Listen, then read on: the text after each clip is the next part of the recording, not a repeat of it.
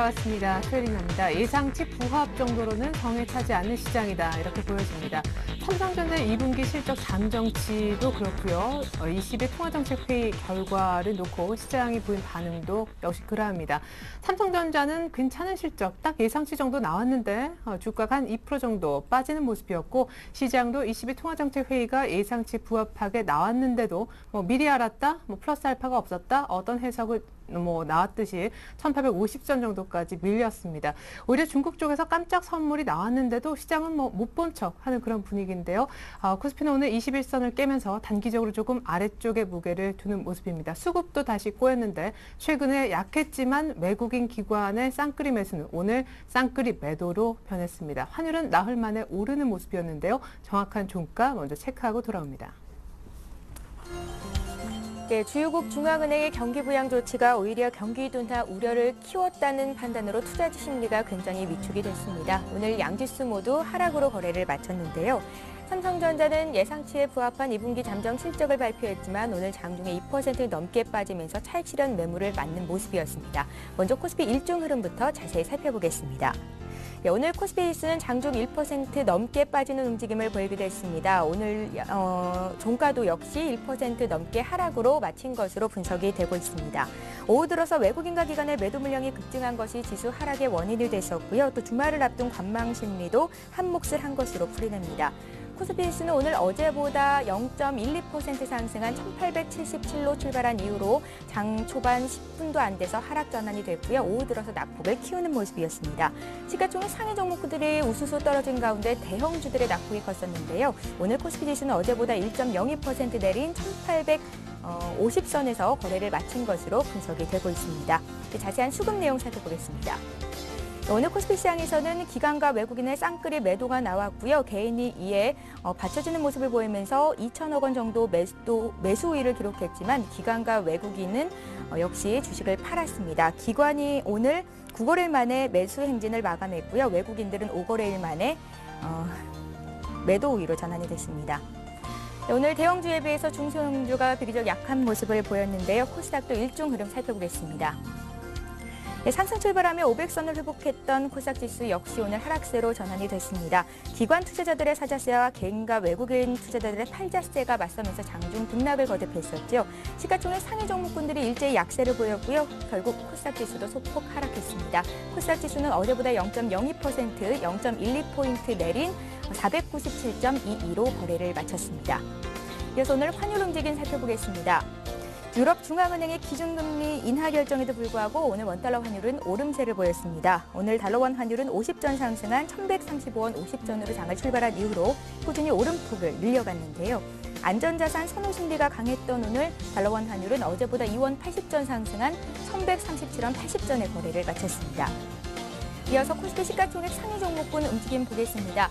오늘 삼성전자를 비롯한 대부분의 종목들이 약세를 보였습니다. 삼성전자가 2.03% 빠진 116만 1,000원 선의 거래를 마쳤고요. 자동차 상인방도 일제 약세였는데요.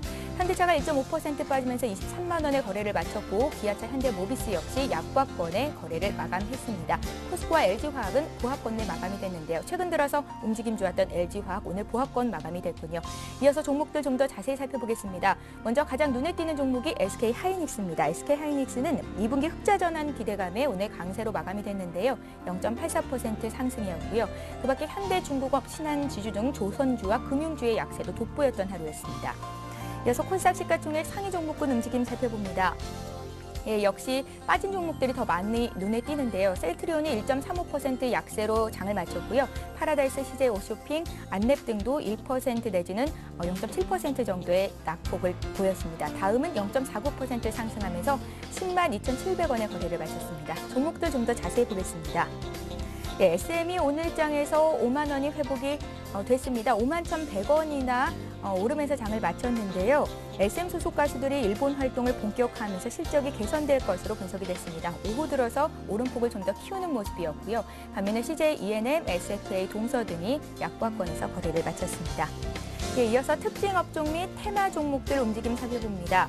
오늘은 거의 모든 업종이 하락했는데요. 특히나 전기전자 업종이 외국인과 기관의 쌍끌이 매도 속에 약세를 보였습니다. 삼성전자가 2% 빠지면서 116만 1,000원의 거래를 마쳤고요. 삼성, SDI도 2% 넘게 하락하면서 14만 4천 원 선 종가를 찍었습니다.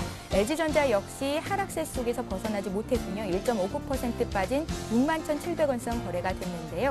반면에 SK하이닉스는 실적 기대감에 강보합권 마감이 됐다고 앞서서 전해드렸었고 LG디스플레이는 1.50% 상승, 시장 대비 강한 움직임을 보였었죠. 23,650원의 종가를 기록했습니다.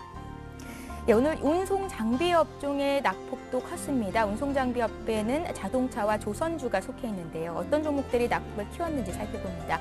현대기아차가 일제히 하락했고요. 현대모비스 역시 약보합권에서 27만 3천 원 거래를 마쳤습니다. 한진중공업 2.7% 빠졌고요. 대우조선해양, 삼성중공업 등도 1% 이상 낙폭을 키우는 모습이었습니다. 예, 박근혜 캠프가 모습을 갖추면서 오늘 관련주들이 일제히 상승하는 모습을 보였는데요. 속한 종목들 자세히 살펴보겠습니다.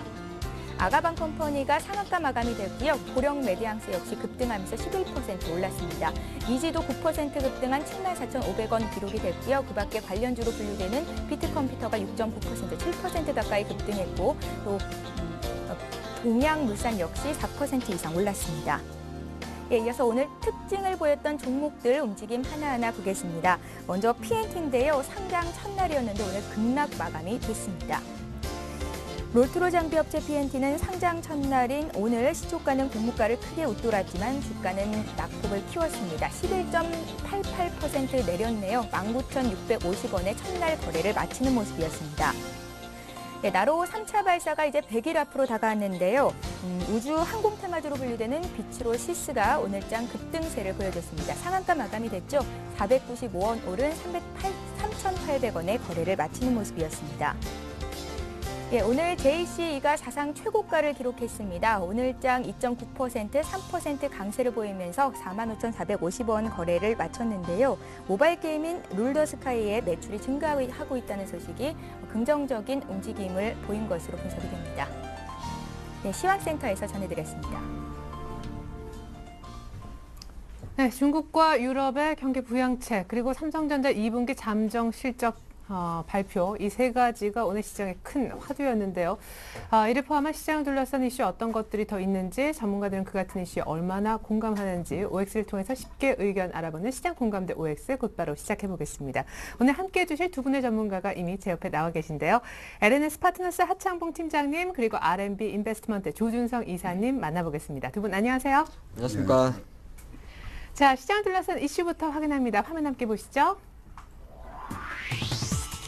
자, 코스피 3분기에는 1900선 돌파 가능할까요? 두 번째 이슈, 이번 달에는 기관 순매수 종목에 주목해야 된다. 세 번째, 실적이 증가하는 바이오, 제약 종목에 관심 지속해도 될까요? 네, 시장과 수급 그리고 바이오 테마주 관련 대응법까지 찾아드리도록 하겠습니다. 먼저 첫 번째 이슈부터 알아보죠. 제가 이슈 읽으면 의견 보여주십시오. 3분기에는 9월 달까지는 1900선 돌파가 코스피 기준 가능하다. 자, 코스피 1900 9월 달 안에 간다. 간다. 두 분 다 같은 의견이신데 조 이사님. 네. 전일인가 전전일인가 어떤 전문가님이요. 2부에서 제 기억은 안 나지만 다음 주 옵션 만기 전까지는 1900을 본다고. 저 기억났어요. 유진투자증권의 민종아 차장님께서 그러셨거든요. 아, 그러셨습니까? 9월까지 안 가도 다음 주까지 된대요. 1900이. 이게 저의 생각도 저는 이번 주에 될 줄 알았는데 사실 오늘 주식이 내렸습니다. 지난주에도 마감 방송에서 비가 좀 내렸으면 좋겠다 했는데 주식까지 같이 내려가지고 좀 서글펐는데 실제적으로 좀 분석할 때 힘든 게 실제적으로 이번 주는 1900을 좀 볼 줄 알았습니다. 그냥 쉽게 보고 1900에서 1950 가는 게 더디게 갈지 빠르게 갈지 어떻게 주도주가 나와서 어떻게 갈지 막 그 고민하고 있었는데 오늘 주식 보고 나서 또 특히 삼성전자 보고 나서 5월을 들었지만 지금 느낌은 세모입니다. 근데 한 가닥 희망을 이번 다음 주 정도까지 한 번 더 보는데 아까 그 차장님께서도 뭐 다음 주 옵션 만기 전까지 뭐 1900도 얘기하는데 아직까지 시장은 안 꺾였는데 시장 내에서 보게 되면 약간 문제점이 좀 있죠. 오늘 같은 경우도 삼성전자 사상 최대 나오는데 이거 갔다가다 110만 원도 유지하려나 뭐 그런 걱정이 좀 되고요. 또 현대차도 밀리고 있으면서 다른 이제 낙폭과 대조해가지고 버티고 있는데 약간 시장에서 종목군들이 좀 색깔이 좋지가 않습니다. 시가총액 비중을 해가지고 똘똘한 종목들이 어떤 주가의 그 맞춰야지. 실적이 좋으면은 실적에 맞춰 움직여줘야 되는데 실적 좋은 놈들은 빠지고 있고 실적이 앞으로 좋아질 거라는 어떤 막연한 기대감. 또 이번 다음 주부터 이제 실적 발표가 나오면은 찌그러질 종목들이 이미 좀 올라가면서 이제 화학주 같은 경우 좀 그렇죠. 이 약간 패턴이 언제쯤 또 바뀔지 그것도 불안해요. 이 패턴이 이번에 1900 갔으면은 삼성전자라든지 현대차라든지 어느 정도 뭐 개도이 올라가가지고 나름대로 이제 그런 시가총 위주로 해서 올라갔으면은 안정감 있게 이제 1950이라든지 1980이라든지 약간 피보나치 수열도 적용해 보면 할 수가 있는데 약간 그런 분위기가 많이 깨졌습니다. 그러면서 외국인 같은 경우도 아직 적극적으로 나오지 않는데 조금 부담이 돼요. 16,000개 이제 선물 매도도 아직까지 접시해지지 않고 이제 싸움을 많이 하는데 그다음에 또 해외 증시 보게 되면은 제가 지난주 방송에도 다우지수 기준해 가지고 요 선 정도면은 정고점을 약간 갱신하면서 약간 N자형으로 해가지고 가는 모양은 보여줬습니다. 그렇기 때문에 우리나라도 뭐 1900까지 가야지 이제 어느 정도 형편이 맞추고 프랑스나 뭐 이탈리아나 뭐 독일이라든지 약간의 차이는 있을지 몰라도 많이 반등한 거는 10% 가까이 반등을 했죠. 프랑스 같은 경우도 아시아권에 있어가지고는 한 요 5% 기준해가지고 움직이는데 하다못해 우리나라도 5% 기준 하게 되면은 한 1900선은 나옵니다. 그렇기 때문에 아직까지 제가 1900 갈 수 있다는데 희망을 좀 걸어보고요. 근데 왜 이렇게 3분기 조금 더 타이트하게 얘기 좀 해주세요. 뭐 8월 달 내지 뭐 7월 달 이제 뭐 7월 초지 않습니까? 뭐 좀 더 짧게 말씀드리면은 이번 주 기대했는데 안 된다. 다음 주 했는데 안 된다. 그러면은 장세 있어가지고 좀 심각하게 생각을 해보자. 다음 주 방송에서 이제 그 이슈로 이제 미리 이제 예고편을 들어가는데 뭐 양적 완화라든지 뭐 여러 가지 뭐 돈을 푼다고 하는데 경기 하락에 있어서는 당연히 재간이었습니다. 이거는 나라님도 가난을 굳이 못하듯이 경기 수축이라든지 경기 연착륙이라든지 경착륙이라든지 그런 것보다 경기가 하락에 있어가지고는 이거를 막아낼 방법이 없습니다. 주가가 내려갈 수밖에 없죠. 네, 그럼 옛날에 이제 뭐 회, 뭐 도다리 얘기하셨던 그 유럽 쪽은 지금 어쨌든 잘 흘러가고 있는 거죠. 의외로. 네.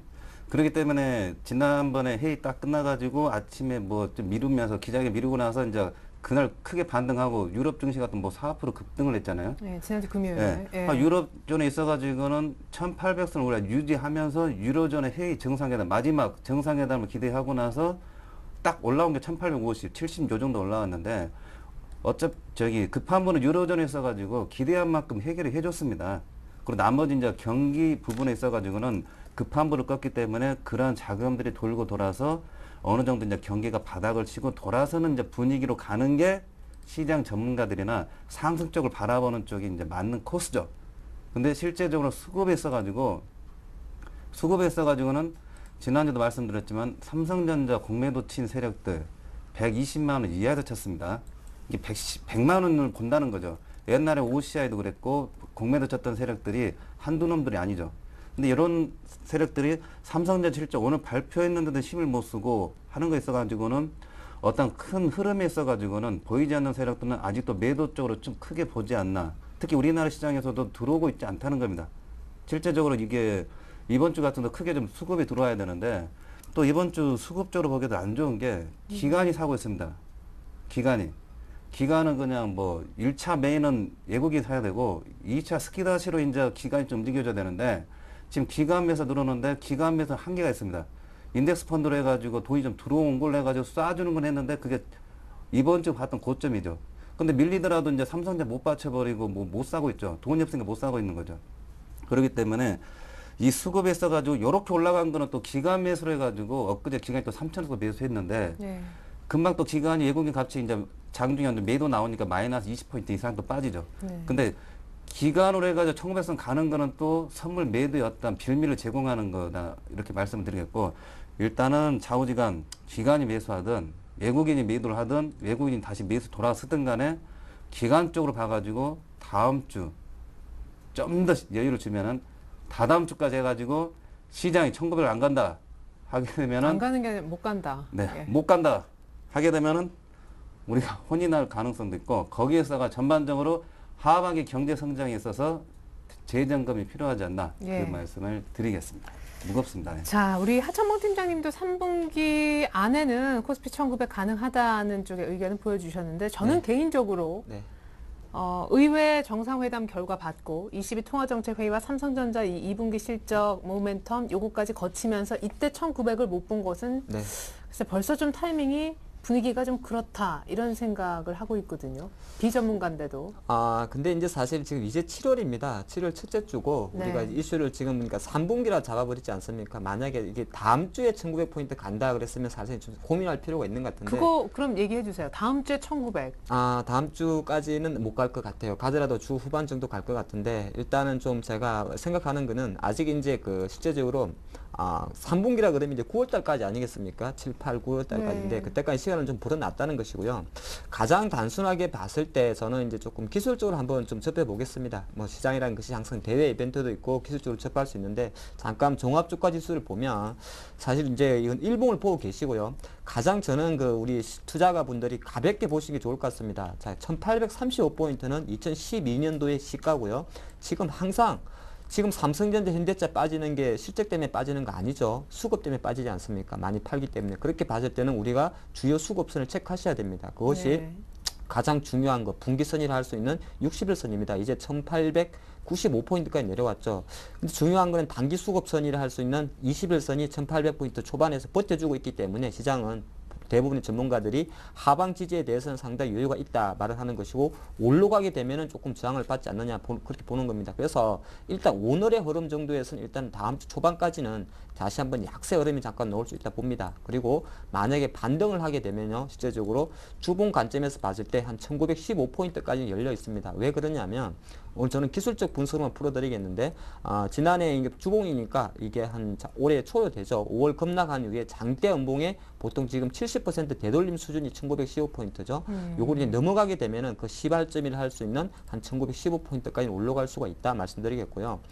일봉으로 조금 보면 좀 쉬워요. 사실은 앞으로 장은 제가 뭐 점쟁이는 아닙니다만 저는 한 7월 다음 주 후반부터 아니면 8월 초순에 1900포인트는 가능하다 봅니다. 왜 그러냐면 그거는 네. 패턴 분석으로만 풀어드리겠습니다. 지금 보면 수급선이라 할 수 있는 이렇게 61선이 자꾸 내려오게 되죠. 그렇게 되면은 이 지수가 지금은 1888이 올라갑니다. 올라가게 되면은 일시적으로 쇼커버링이 나옵니다. 그러니까 기동안의 하방 세력들이 어느 정도 이제 매도분을 풀어버리기 때문에 지수가 쉽게 뛰어 올라버리죠. 그렇게 될 때 일시적으로 1900포인트까지 올라갈 수 있다 보는 것이고요. 그런 과거 패턴 짧게 1년 내에만 잠깐 살펴보면 제가 표시를 해놨습니다. 보통 지금 시장에서 기다리는 것이 이제 60일선이 내려오고 있기 때문에 이렇게 데드크로스가 발생을 합니다. 그리고 나면 보통 21선과 61선 데드크로스가 나타나면 매도 신호죠. 근데 지수는요, 거꾸로 움직입니다. 보통 매도 크로스 나왔으면 내려가야 되는데 반대 방향으로 올라버리죠. 이것이 뭐냐면은 쇼커버링의 청산입니다. 그러니까 매도세를 했던 세력들이 풀어버리는 거죠. 그래서 기술적 분석에서는 데드크로스가 발생하게 되면 하락 신호입니다만은 실제적인 시장에서는 반대 패턴이 나온다 말씀드린 거였고요. 조금만 더 디테일하게 살펴보면 가장 지금 시나리오로 볼 수 있는 타이밍이 바로 이 타이밍이 될 것 같습니다. 이게 언제죠? 이게 작년 11월 흐름인데요. 지금 네. 현재 5월 급락과 지금 현재서 거의 비슷하죠.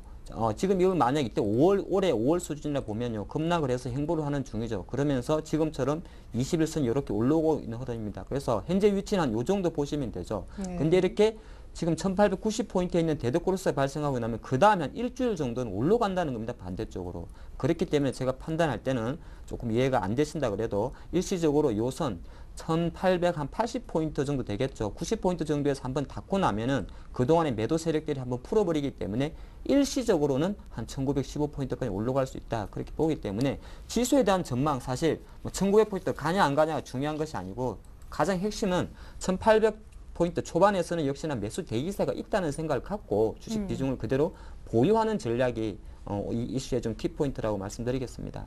예, 좋습니다. 일단은 좀 들고 가보자. 예, 그런 얘기를 좀 들어봤습니다. 뭐 다음 주에 1900이 또 옵션 만기 끼면서 또 하나의 화두가 되겠다 싶습니다. 이번 주는 다 갔으니까요. 자, 두 번째 이슈로 넘어갑니다. 이번 달에는 7월에는 기관 순매수 종목에 주목하자. 자, 기관이 사는 걸 잘 봐야 된다. 종목별로 그렇다. 두 분 이제 밖에서 의견을 다 맞춰서 들어오시는 거 아니죠? 요즘 의견이 달라야 재밌는데. 자, 네. 조 이사님 의견을 좀 먼저 들어봅니다. 오늘 사실 좀 팔았지만은 기관에 앞서 코스피를 네. 9거래일 연속 사면서 한 1조 3천억 사더라고요. 네, 그렇죠. 근데 이제 기간 선호 종목을 이제 제가 이슈로 잡는 이유가 그게 있습니다. 앞에 서두에 제가 1900 가냐 안 가냐가 중요하다 말씀드렸는데 안 가게 되면은 다시 1900과 1800 박스권인데 종목별로 보시게 되면은 히트 종목들이 이번에 있었습니다. 뭐 코스닥에도 많았죠. 컴투스 같은 거 굉장히 제가 좋아하는데 컴투스라든지 지금 뭐 종목들 보시게 되면은 CJ 대한통운이라든지 사이드 쪽으로 보게 되면은 저점 대비해 가지고 막 30%, 40% 올라온 종목들도 있고 뭐 LG화, 호남석유 저점 대비해서 올라오고 대신에 그렇지 않은 종목들도 뭐 현대차라든지 삼성전 위로 꺾여 내려가지고 근데 지난달 오늘까지 봐가지고 괜찮은 종목들 사가지고 깨 먹여주는 지금 현재까지도 괜찮은 가격대를 유지하는 종목들 저점에 샀으면은 내가 행복했을 그러한 지수를 떠나가 행복했을 종목들이 기간 선호 종목들이 굉장히 많다는 겁니다. 그렇기 네. 때문에 이번 주말을 이용하셔가지고 뭐 비도 잘 막으시겠지만 공부를 좀 하셔야 됩니다. 여러분이 HTS 들어가셔가지고 6월부터 오늘까지 해가지고 국내 기관 순매수 종목을 딱 누르시게 되면은 쫙 뜨게 됩니다. 거기에 있어가지고 우상향으로 해가지고 캔들이 이게 일봉이 5일선과 21선 이에 있는 종목들 특성들 잘 보셔가지고 그걸 간신 종목으로 이제 넣으셔가지고 이번 달도 그쪽 위주로 좀 매매를 해야 되지 않을까. 포커스를 일단은 조금 지수가 앞으로 이제 어떻게 될지 이제 봐야겠지만 그러한 종목들이 1900과 1800을 왔다 갔다 하더라도 그러한 종목들이 뭐 단기 반등이라든지 아니면 전고점이라든지 아니면 추가 상승이라든지 이렇게 나올 가능성이 많습니다. 그러면은 샘플로 몇 개를 좀 보겠습니다. 네. 자, LG화학 딱 보시게 되면은 1번 보시게 되면은 제가 화면을 두 개를 보여드립니다. 이 가운데 있는 게 빨간색이 들어오게 되면은 기간 순매수로 돌아선다는 그 빨간색이 좋은 겁니다. 그러면은 LG화학 같은 경우도 6월 초에 83만 주 매도해서 현재 플러스 3만 8천 주 다 환매수하고 이제 순매수 기조로 들어가죠. 네. 여기 오른쪽에 보시는 게 일봉입니다. 그나마 1900선 향해서 가고 있죠. LG화학. 그다음 금호석유 같은 것도 눌러보시면은 이렇게 나오고 있죠. 그다음에 IT 쪽에서 좀 빠르게 얘기합니다. 여러분들 공부하시는데 참고하시라고 제가 샘플 돌려보는 건데 LG 디스플레이 그나마 오늘 플러스 나오고 있죠. 삼성전자 자빠지더라도 하이닉스 별별 높더라도 삼성전기 마이너스 나오더라도 LG 디스플레이 플러스 돌아서고 있죠. 900만 주 마이너스에서 지금 현재 390만 주 많이 디커버링 됐습니다. 그러면서 1900선을 향하고 있습니다. LG 디스플레이. 이게 IT 쪽에서도 이렇게 기간 선호 종목이 확실한 종목들은 약간 우상향 패턴을 강하게 보이는 거죠. 근데 IT 쪽이 약하다는 좀 색깔이 있는데 또 보시게 되면은 좀 약간 작은 종목이 있어가지고 ALBCNC 보겠습니다. 64,000원 또 고점 나오고 있죠. ALBCNC 41만 주 계속 컨트롤 하고 있고 그 다음에 보시게 되면은 게임빌 같은 것도 그렇고요. 94,000원 안 깨지면서 전고점을 가내만 하면서 더 뚫을까 말까. 그다음 CJ 대한통운 아까 말씀드렸는데 65,000원 시작해가지고 85,000원입니다. 굉장히 색깔이 있죠. 계속해서 기관 매수 들어오고 있으면서. 그 다음에 한국콜마도 마찬가지고. 그 다음에 바이오랜드도 그렇고요. 보시게 되면 우상향 쪽 계속 가고 있습니다. 근데 이런 종목을 꼭 내가 산다라고 하면은 그때부터 이제 좀 횡보하거나 내지는 빠지는 그런 어떤 불안감이 있거든요. 그리고 일부에서는 기관이 이제 최근에 쭉 사줬던 일부 낙폭과대 특별히 화학 섹터 소재는 단기 과열권에 들어왔다는 분석도 들어봤습니다. 네. 역시 예리하시군요. 역시 대한민국 대표 MC라 그 질문이 나올 줄 알았습니다. 계속해서 그냥 종목들 그냥 말씀을 드리려고 했는데 네, 그래서 어떻게 하죠? 네. 여기 핵심이 그게입니다. 제가 앞에서 1900 가냐 안 가냐 중요하다는 게 있어. 1900을 안 가는 방향이면은 다시 지수 자체적으로도 눌림목이 들어가면서 종목의 압박감이 들어옵니다. 그러면은 제가 지난주도 저번에도 계속 말씀드렸듯이 컴투스 얘기했습니다. 45,000원 찍고 지난주 종가 41,000원이다가 오늘 종가 이번 주에 47,000원 다시 올라갔죠. 그러니까 고점 4배 가지고 쭉 빠지면서 10% 이상 뭐 가깝게 낙폭이 커지는 바람에 거기 이제 매수 이제 거기가 기회를 줬는데 네. 이러한 종목들을 좀 제가 요 종목들 보시게 되면 한 2, 30개 나옵니다. 2, 30개 나오게 되면은 그 종목들을 이번 달에 7월 달에 지수가 이렇게 지그재그로 갈 가능성이 만약 이번 주 다다음 주에 1900 가는 반영 아니면은 이제 고점 찍고 나서 말씀하신 대로 고점 찍고 이제 눌림목이 강하게 들어갈 수 있는 종목들이 나오게 되는 거죠. 네. 그러면은 방금 대한통운 같은 경우도 눌림목이 들어가면 첫 번째입니다. 제가 항상 말씀드린 이런 기간 선호 종목들이 첫 번째 눌림목 크게 들어가게 되면은 그냥 뭐 고점 뭐 전에도 뭐 빙그레드 말씀드리고 오리온도 말씀드리고 하면서 컴투스 계속 얘기해드리죠. 그런 종목군이다. 또 한국콜만한 뭐 이런 자 저는 계속해서 크게 들어갔던 종목들이 바로 꺾이지 않습니다. 그리고 그러면 지금 아까 샘플로 보여주셨던 그런 종목들을 네. 시장에 눌림목 때 사야 된다라는 얘기시네요. 그렇죠. 그리고 그러한 종목들 위주로 이제 계속 보시게 되면 이제 감이 오실 겁니다. 안 되는 종목들을 100개 아니 50개를 갖고 있으면은 빼시고 이렇게 되는 기간 선언 종목들 차트를 만들어 놓고 되는 종목들 제가 이제 삼성전자도 이제 110만 원 이하 들어가면 사자고 말씀드리지 어정쩡 지금 빠지고 있으니까 사십시다 이런 말씀 드리기는 조금 어렵습니다. 대신에 이쪽 종목들 말씀드렸던 종목들이 빠지게 되면은 근데 이제 그거는 있어요. 한섬처럼 실적이 잠깐 한섬을 좀 보겠는데 의외였어요. 이렇게 예. 쭉 계속 빠질 줄. 한섬도 기간 선호 종목인데 어디가 물렸나 계속 물타기 하는 느낌이 있습니다. 잠깐 종목을 보시게 되면은 뭐 LG 패션도 좀 네. 그렇고. 좀 직접 찍어보겠습니다. 한섬같이 어떤 실적이 안 좋다 해가지고 나가가지고 깨지는 종목이 있습니다. 이게 초창기 잘 가다가 35,000원 깨지면서 그냥 쭉 빠져버리는데 이러면서 기간이 요즘 사들어오는데 물타기 개념입니다. 요거는 기간도 여러 가지 있습니다. 똘똘한 기간이 있고 약간 그냥 돈만 갖다 주면 사는 애들이 있고 그냥 지 좋아서 사는 애들이 있습니다. 근데 이제 이런 종목들이 꼭 그렇다는 게 아니고 약간 쭉 빠진 종목들 나포가져서 사는 거고 이러한 종목 색깔이 다릅니다. 근데 빠질 때 어떤 악재가 나와가지고 그냥 깨지는 종목들은 조심하되 컴투스처럼 그냥 뭐 좋은 얘기 나오는데 그냥 기간 수급 잠깐 물량이 어느 한쪽에 나와가지고 빠지는 종목들은 괜찮다. 이게 이러한 종목들이 한쪽 세력이 같이 들어간 게 아니라 여러 그냥 기관에 같이 분포 들어갑니다. 왜냐하면은 매수 리스트를 보게 되면 괜찮기 때문에 그래서 어느 쪽이 강하게 매도 치면은 눌림목이 강하게 들어가는 거죠. 그렇기 네. 때문에 수급에 의해서 빠지는 종목들이 빠지는 경우에 사게 되면은 이러한 종목들이 다시 또 약간의 반등이라든지 또 전고점 돌파라든지 근데 이제 더 간다 뭐 한다 해가 종목을 딱 찍어드리면 좋은데 짧은 시간에 해드려 좀 힘들고 대신에 이러한 종목들을 7월달 내내 하게 되면은 괜찮게 수익이 나올 거다 그 말씀을 강조해 드립니다. 네, 짧은 시간이지만 굉장히 길게 쓰셨는데. 그러게 말입니다. 예. 네. 자, 우리 하창문 팀장님, 뭐 네. 워낙 샘플까지 종목까지 얘기를 다 하셔가지고. 네. 포인트는 그거 같습니다. 뭐 이사님 말씀하신 대로 기관들이 지금 외국인 수급 이제 제한적이다 보니까 그렇죠. 역시나 기관들이 사는 종목에서 조금 좋은 수익이 나오는데 뭐 조금 전에 많은 종목들 많이 거론됐지만은 앞으로 우리 투자가분들이 중요한 거는 그래 그걸 따라 사 이거 아니겠습니까? 그렇죠. 그래서 일단 기관들이 사는 좀 습성을 좀 아셔야 되는데요. 상당히 습성. 네. 지금까지 박스권일 때는 상당히 좀 짧게 나온다는 것이고 일부 종목들이 있습니다. 서울 반도체나 이런 거는 개별 종목이 어떤 소스가 있는 거죠. 소스가 있는 종목들은 우리가 들어가게 되면은 늦습니다. 그래서 제가 과연 LG 디스플레이를 예를 들면서 네. 기관들이 사는 거 알고 우리가 들어가서 얼마 정도의 목표로 들어갈 수 있는지를 하나 제가 팁을 말씀을 드리겠습니다. 극비 팁이니까 잘 보셔야 되겠죠. 자, LG 디스플레이 한번 말씀드리면은 자, 조금 전에 키포인트는 실제적으로 가장 먼저요. 기관이 사는기 때문에 차트를 먼저 보시면 안 됩니다. 기관들이 어떤 패턴을 보이는지 보셔야 되는데 LG 디스플레이에 지금 화면이 좀 작습니다만은 기관 매매 동향을 보니까 제가 표시를 해보죠. 오늘도 엄청 샀네요. 그렇죠. 6월 한 27일까지는 보통 보면은 20만 주를 팔았습니다. 그러다가 6월 28일 날 25만 주를 사죠. 근데 우리가 그러면 과연 6월 28일 날 기관들이 25만 주 샀으니까 LG 디스플레이 사는구나 판단 못하죠. 왜?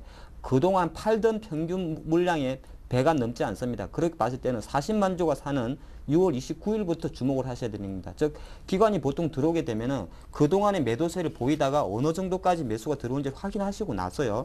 그러면 실제적으로 바로 이날이 되겠죠. 그때 차트를 보는 겁니다. 차트를 봤더니 약간은 반등이죠. 근데 확신을 못하죠. 근데 중요한 건 언제 사야 되죠? 그 다음날 사야 되는 겁니다. 언제? 전날 40만 주가 들어왔기 때문에 장중에 20만 주 이상만 들어올 때도 사도 되는 겁니다. 그렇게 보셔야 되고 기관이 쭉 살 걸로 믿고. 그렇죠. 그러니까 예. 데이터 놀립니다. 그리고 나서 과연 내가 이 주식을 얼마를 먹을 거를 생각하셔야 됩니다. 모든 주식은요. 손절가 정하기 앞서가지고 목표가를 정하셔야 되는데 보통 순환장세에서는 LG 디스플레이면 그런 게 아니라 주간 기준으로 10% 정도 이상 오릅니다. LG 디스플레이도 12%가 올랐고요. 금호소유 같은 경우도 주간으로 보통 12%가 오르죠. 그러면 지금 제가 설명드린 대로 간단하게 보셔가지고 일간 기준으로 수급이 조금 바뀌면서 실제적으로 계속 그 다음 날에도 한 2, 3일 정도, 그러니까 우리가 무릎에서 산 겁니다. 무릎에 사고 주가가 바닥 대비해서 한 3% 정도 올라가면 주가 목표치가 10%니까 한 5% 정도를 보고 배팅이 들어가셔야 된다. 저는 그렇게 봅니다. 그래서 지금 나와 있는 종목들이 전부 다 어느 정도 반영이 됐습니다. 화학주라든지 했기 때문에. 그러니까 지금도 5% 수익이 가능하냐 이거. 지금 가능하기 위해서는 당연하게 이제는 앞으로는요, 다음 주가 될 것 같습니다. 네. 금호석유, LG 디스플레이, 뭐 CJ, 뭐 대한통운 대부분의 종목들 최소한 지금 고점에서 5% 이상 조정이 나온 이후에 다시 한번 수급을 체크하는 것이 저는 오히려 더 안정적이지 않나 네. 보겠습니다. 결국 두 분의 의견이 같으시다 하는 생각도 듭니다. 뭐 시장과 종목에 동일하진 않습니다만 조준성 이사님도 시장의 눌림목이 나올 때 아까 보여드렸던 샘플을 공략하자라고 하셨기 때문에 어쨌거나 지금 기관 산다고 덥석 월요일부터 사기 시작하는 것이 아니라 종목이든 시장이든 약간 눌림시 기관이 좋아하는 종목을 좀 들어가 보는 것 트라이를 해보시면 될 것 같습니다. 자, 시간이 별로 많이 남아있지 않은 상황 속에서 이슈, 마지막 이슈 한번 살펴봅니다. 실적 증가, 바이오 제약주 관심 계속 지속해도 될까요? 자, 제약주 계속 관심 가져도 좋다. 자, 두 분 오늘 의견이 처음부터 끝까지 같으신데 하창문 팀장님이 이번에는 먼저 좀 얘기를 해주시죠. 앞서서 제약주 하면은 정부 규제, 네. 약값이나 뭐 안 좋은 얘기란 안 좋은 얘기는 뭐 다. 근데 이제 제가 실적이 되는 제약주만 말씀드립니다. 지금 최근 같은 경우에 보면 우리가 제약주라 그러면은 뭐 코스닥에는 셀트리온도 있고 CJ도 있고 그래서에는 상당히 많죠. 하지만은 그 중에서 과연 실적이 되는 제약주는 지금도 시장과는 아랑곳하지 않고 독야청청 잘 가고 있다는 겁니다. 그래서 오늘 그 세 종목만 말씀을 드리겠습니다. 종목을 그냥 제가 압축을 해왔어요. 실적이 되는 종목. 첫 번째는 네. 메디톡스입니다. 메디톡스, 그러면 제일 먼저 생각하실 종목 내용이 이 보톨리눔 톡신이라 그럽니다. 그래서 메디톡신이라 그래가지고 우리 미용주로 보톡스 많이 하죠. 보톡스 이렇게 하는 게 보톡 아직 안 했습니다. 보톡스는 안 많이 하신 하는 것 것이 같아요. 예. 미용의 주름 개선용 이런 것이다. 그러다 보니까 실적이 실제적으로 올해 2분기에도 전년 대비해서 한 90% 증가하는 흐름을 보이고 있고요. 기술적으로도 지금 보면은 뭐 가장 단순한 수급 논리, 이동평균선 우상향을 하고 있습니다. 뭐 6만 원까지 온 거 부담될 수 있습니다만은 52주 신고가가 갖고 있는 가장 최대 장점은 물량이 없다는 겁니다. 팔고 싶은 물량이 일시적으로는 중간중간 털어줍니다만은 상승 랠리가 계속 가기 때문에 일단은 신고가 종목들은 사실은 아까처럼 바닥에서 오는 종목을 조정해서 사는 것보다는 오히려 조정치 사는 전략이 맞다 말씀드리겠고요. 두 번째 추천드릴 추천주가 될 것 같아요. 코롱생명과학입니다. 코롱생명과학 같은 경우도 오늘도 5.2% 오른 5만 원까지 왔는데 일단 요거 같은 경우는 네. 원료 의약하고 퇴행성 관절염이다. 그러니까 바이오 생각하실 때요. 뭐 엉뚱한 거 생각하지 마시고 예. 관절염하고 당뇨병 하는 회사들에 많이 주목을 하십시오. 왜냐하면 가장 많이 알려진 병이면서 환자도 많죠. 환자도 많고 잡힐 듯 잠빌 때는 안 잡히는 약간 병이 만성처럼. 바로 네, 이 병입니다. 그래서 보통 다른 뭐 바이오 신약 많습니다만은 무릎 아픈 퇴행성 관절염하고 만병의 원인이죠. 당뇨를 당뇨. 다루는 회사에 대해서는 주목할 필요가 있는데 고롱생명 같은 경우도 실제로 실적을 보니까 2분기 영업이익이 80% 급증한다. 5만 원에 대한 단기 저항을 좀 갖고 있습니다만은 이것이 뚫어버릴 때는 쉽게 가기 때문에 또 다음 주 재미있게 한번 보시고요. 조금 큰 종목 중에서 LG생명과학도 최근에 실적을 바탕으로 상당히 좋은 흐름을 보이지 않나 보겠습니다. LG생명과학은 당뇨병 치료제에 조금 더 많은 모멘텀을 주면서 전반적으로 지금 세 개 그 말씀드린 메디톡스, 고롱생명과학, LG생명과학 같은 경우는 다른 기타 바이오 회사나 제약회사와 달리 실적이 계속 증가하는 회사에 포커스를 맞췄기 때문에 기술적 분석에 조금 관심을 가지신다면 추가 수익 가능한 섹터지 않나 보겠습니다. 차트도 너무 좋고요. 제가 말씀하신 동안 수급 열어보니까 역시 수급도 훌륭했습니다. 이렇게 해서 실적 좋아지는 사도되는 제약주 3인방까지 저희가 공개를 받아봤습니다. 조준성 이사님 첨언하실 내용 있으신가요? 이게 제가 잠깐 종목들 보니까 앞에 얘기했던 종목군에 다 들어갑니다. 잠깐 간단히 보시게 되면은 코오롱 생명과학 6월 1일부터 오늘까지 85,000주 기간 순매수 들어왔습니다. 맞아요. 그다음 바이오랜드 11만 주부터 69만 주 지금 7월 1일 해가지고 69만 주 들어왔습니다. 순매수가. 그다음에 메디톡스 20만 주 들어왔죠. 순매수가 기간매수 들어오고 있죠. 코스닥 마찬가지로. 그리고 오스테 임플란트 제가 5월달에 하창봉 팀장님 저기 임플란트 할 때 이제는 수익이 좋으시니까 네. 님을 붙이기로 하셨나 봐요. 네, 제가 공부한 그냥 임플란트 하지 말고 오스테 임플란트 산 다음에 그거 수익 내고 나서 그걸로 하라 했는데 오스테 임플란트 보시게 되면은 12만 주 올랐습니다. 임플란트 안 신고 그때 주식 12,000에 샀으면은 지금 몇 개 더 할 수가 있는 가격대가 나오는 거죠. 그런 것처럼 이런 종목군들이 괜찮다는 겁니다. 기간 선호 종목인데 그래서 주말에 거기 기간 선호 종목들 잘 보셔가지고 매매를 하시기 바랍니다. 네, 좋습니다. 이렇게 해서 두 분 전문가와 함께 현 시장 공감대 짚어봤습니다.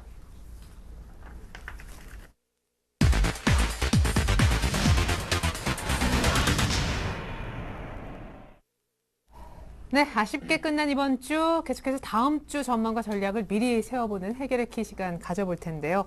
자, 당장 주말에 미국의 고용 지표도 확인해야 될 대상이 아닌가 생각이 듭니다. 옵션 만기주를 맞고 있기도 하겠고요. 다음 주에는. 자, 하창봉님 전략 알려주시죠. 그렇습니다. 뭐 우리의 욕심이 너무 과했는지 25bp로 금리도 내리고 중국도 기습금리 인하했습니다만은 시장은 시큰둥했다는 것이고요. 다음 주부터는 사실 좀 유럽 쪽은 약간 미세한 조정 내용이 좀 있습니다. 첫 번째는 사실 오늘부터 그리스 같은 경우는 2차 구제금리 실사단이 다시 한번 재협상 들어갔고요. 스페인 같은 경우도 사실 이제 다음 주 한 7월 9일부터 10일까지 EU 재무장관 회담이 있는데 여기서 할 것이 바로 스페인 구제금융 조건 협상 들어갑니다. 이런 작은 부분에서 약간 잡음이 나온다면 유럽 쪽은 작지나마 시장에 조금 부담을 줄 수 있고요.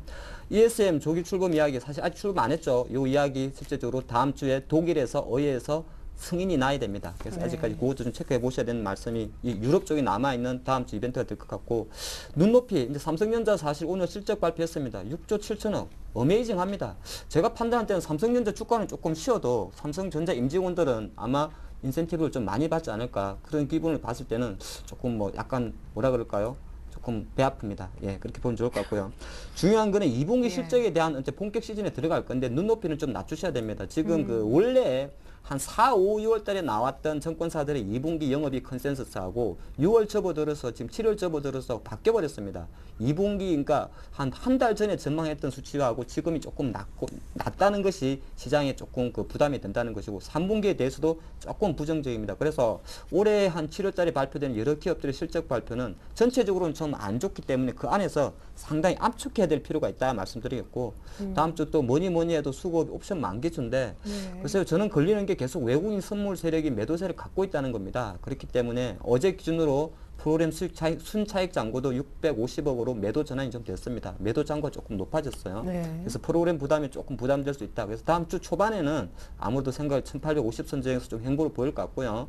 뭐 삼성전자 115만 원, 현대차 23만 원, 기아차 7만 2천 원 정도에서는 하반 경쟁이 나올 것 같기 때문에 다음 주는 약간 지지부진하지만은 이번 주처럼 순환 장세가 나오지 않을까 보겠습니다. 네, 다음 주 근데 앞뒤로 중국 지표를 좀 챙겨야 된다면서 간단하게만 소개. 네, 중국 같은 경우 이제 중요한 지표가 한 두 가지가 있죠. 경기를 판단할 지표가 있습니다. 7월 9일 날 중국의 소비자 물가 지수가 발표가 됐죠. 월요일 날. 네, 월요일인데 사실 이제 이번에 중국도 3%가 아니라 2.3%까지 내려간다고 합니다. 그러니까 소비자 물가 지수가 내려간다는 것이 뭐 어제 금리 인하한 것처럼 선제적 조치를 해서 먼저 내렸다 하는 건데 소비자 물가 지수가 자꾸 내려간다고 꼭 좋은 것만 아닙니다.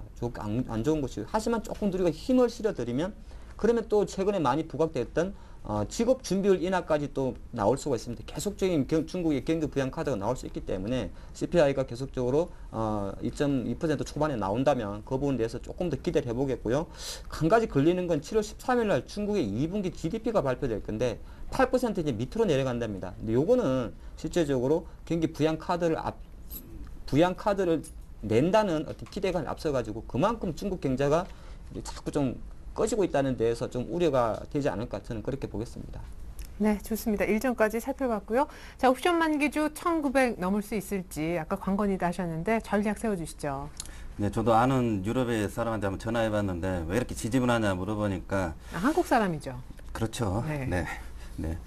뭐 저기 20이 뭐 정상회의에서 뭐 5단원 떨어졌는데 아직 20에서 입금이 안 돼가지고 좀 기다리고 있다 그러는데 조만간 입금될 걸 기대하면서 일단은 다우지수 13,000 돌파 기대해보고 종합주가에서 1,900까지 한번 더 기회를 엿보자 한번 더 말씀을 드리고 마무리를 짓겠습니다. 네, 좋습니다. 자, 계속해서 이번엔 여의도 쪽 시각을 좀 확인을 해보죠. 대신증권의 김영일 연구원 만나보겠습니다. 안녕하세요. 예, 안녕하십니까. 네, 중국, 유럽 다 금리 내려도 시장이 좀 시큰둥했고 오히려 빠졌습니다. 삼성전자 실적 보고도 마찬가지 반응이었고요. 일단 고용 보고서가 연준을 좀 움직여준다면 또 다른 기대감이 다음 주에 피어오를 것 같은데 간단한 정리와 다음 주 전략 같이 좀 묶어서 정리 부탁드리겠습니다.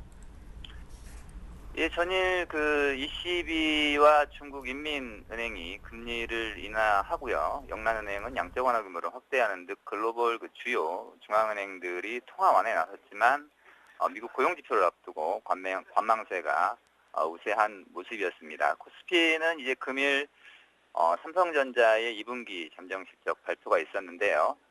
예상치를 충족했지만 3분기 실적에 대한 우려로 소폭 좀 하락하는 모습을 보였습니다. 네, 앞으로 이제 본격적인 실적 시즌이 시작이 될 텐데요.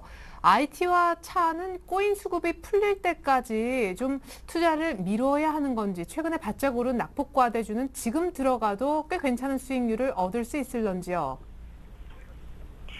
예, 지금 삼성전자와 실적 모멘텀 측면에서는 자동차와 IT 섹터가 가장 유망한 섹터임에는 분명한 지금 상태인데요. 다만 이제 최근에 이제 글로벌 공조 그리고 이제 중국 쪽과 유럽 쪽에서 나타나고 있는 이런 글로벌 공조의 연결고리 내에서 그다음에 리스크를 테이킹하는 그런 흐름들이 나타날 경우에는 오히려 그동안 좀 눌려 있었던 소재 업종 쪽에 상대적인 좀 강세가 지금 예상이 되는 상태고요. 수급적인 측면을 보더라도 지금 자동차와 IT 섹터의 경우에는 기관과 외국인의 비중이 지금 상당 부분 큰 상태이기 때문에 상당히 수급적인 측면에서는 부담이 좀 큰 상황이고요. 오히려 이제 소재 쪽과 산업재 쪽은 수급이 좀 많이 비어 있는 상태이기 때문에 해당 업종이 수급적 측면에서 좀 유리하다는 판단입니다. 네. 자, 그리고 특별히 이제 중국 모멘텀도 좀 챙겨본다면 소재 섹터가 조금 더 나을 수도 있겠다 싶습니다. 대신증권 김영일 연구원님 분석 들어봤습니다. 감사합니다. 감사합니다.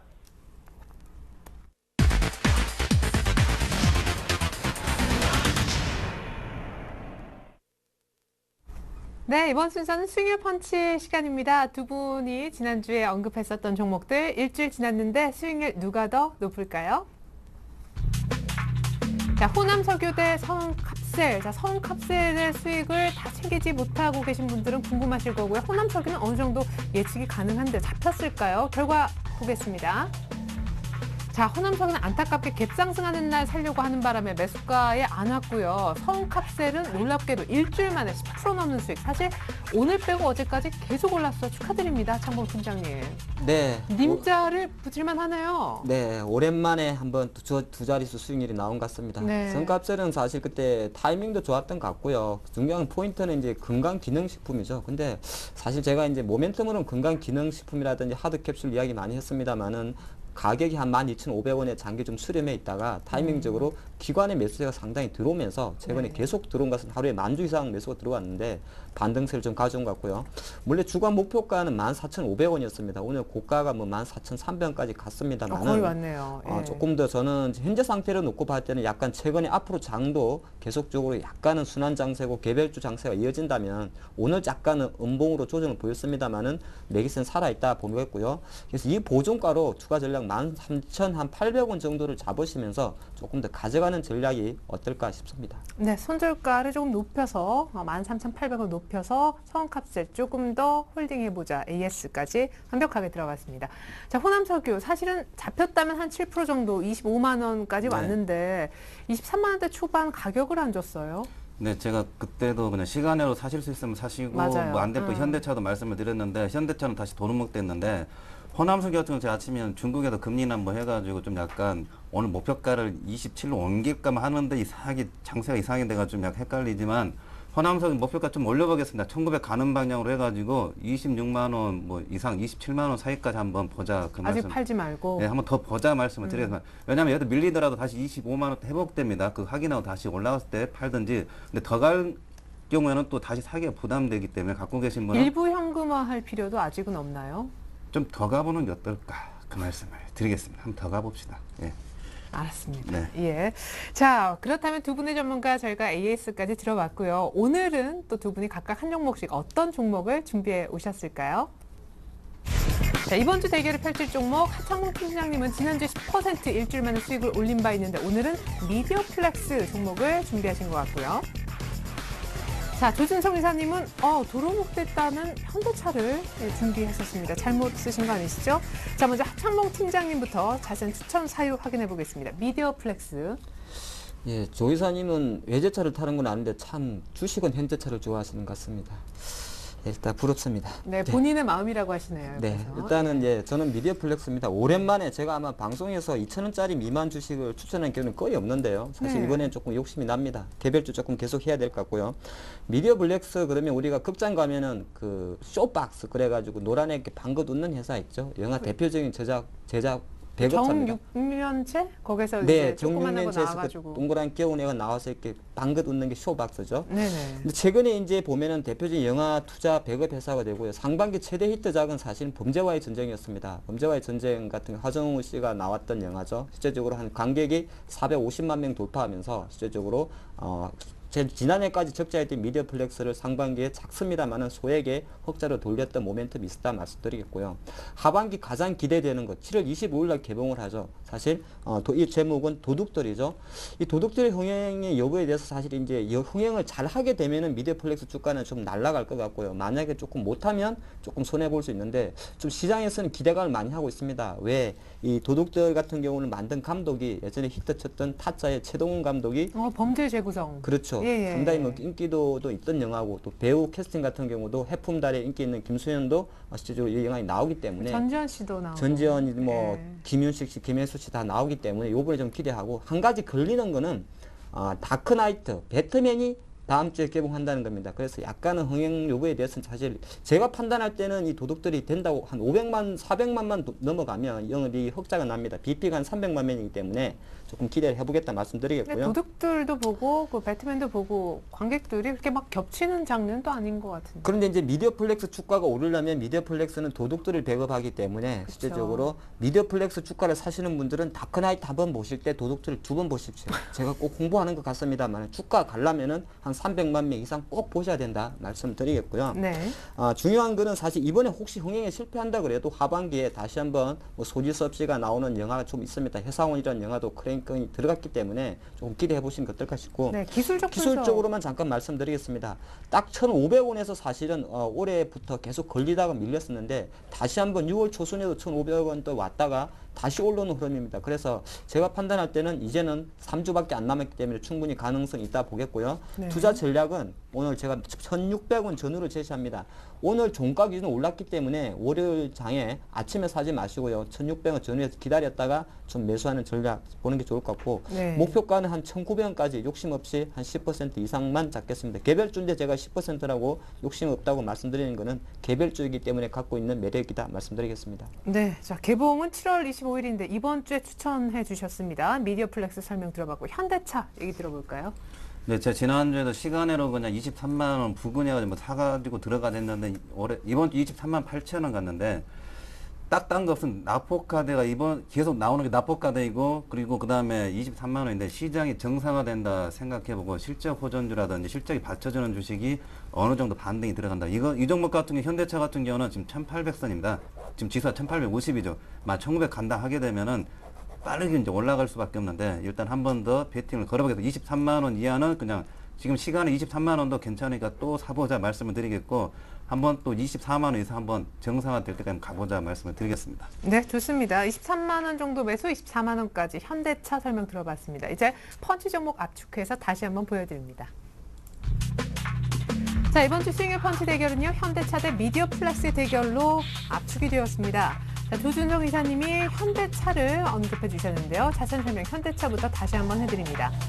자, 어느덧 가지 못하면서 약간 납포카드의 인상도 주고 있는데요. 사실은 그냥 힘이 좀 없었었죠. 지수 대비 하단에 있기 때문에 납포카드라 표현해 주신 것 같고 실적은 계속해서 좋아질 것 같습니다.